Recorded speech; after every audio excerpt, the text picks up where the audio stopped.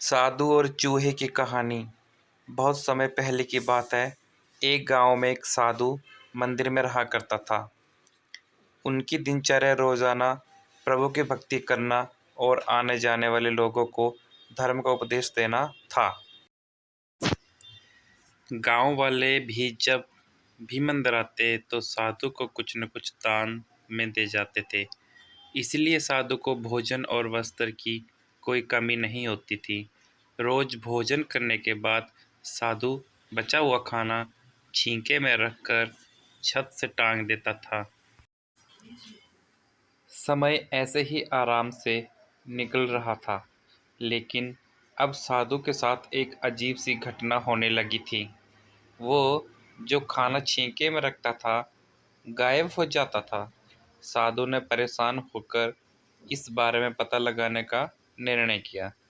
उसने रात को दरवाजे के पीछे से छिपकर देखा कि एक छोटा सा चूहा उसका भोजन निकाल कर ले जाता है।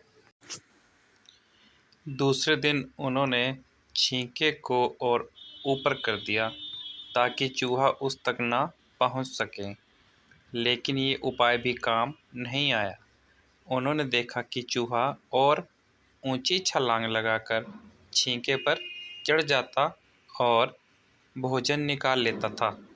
अब साधु चूहे से परेशान रहने लगा।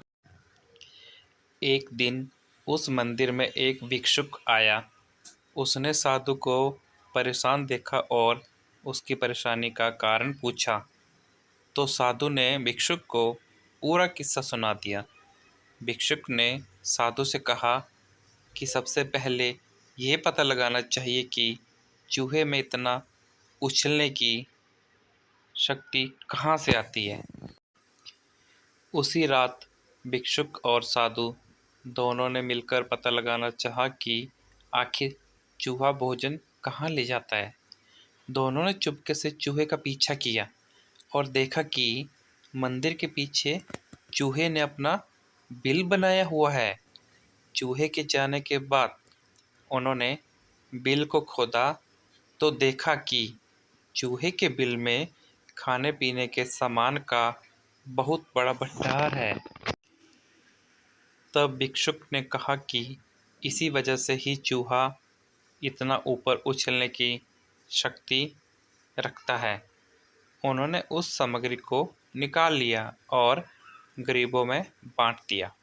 जब चूहा वापस आया तो उसने वहाँ पर सब कुछ खाली पाया और उसका पूरा आत्मविश्वास खत्म हो गया।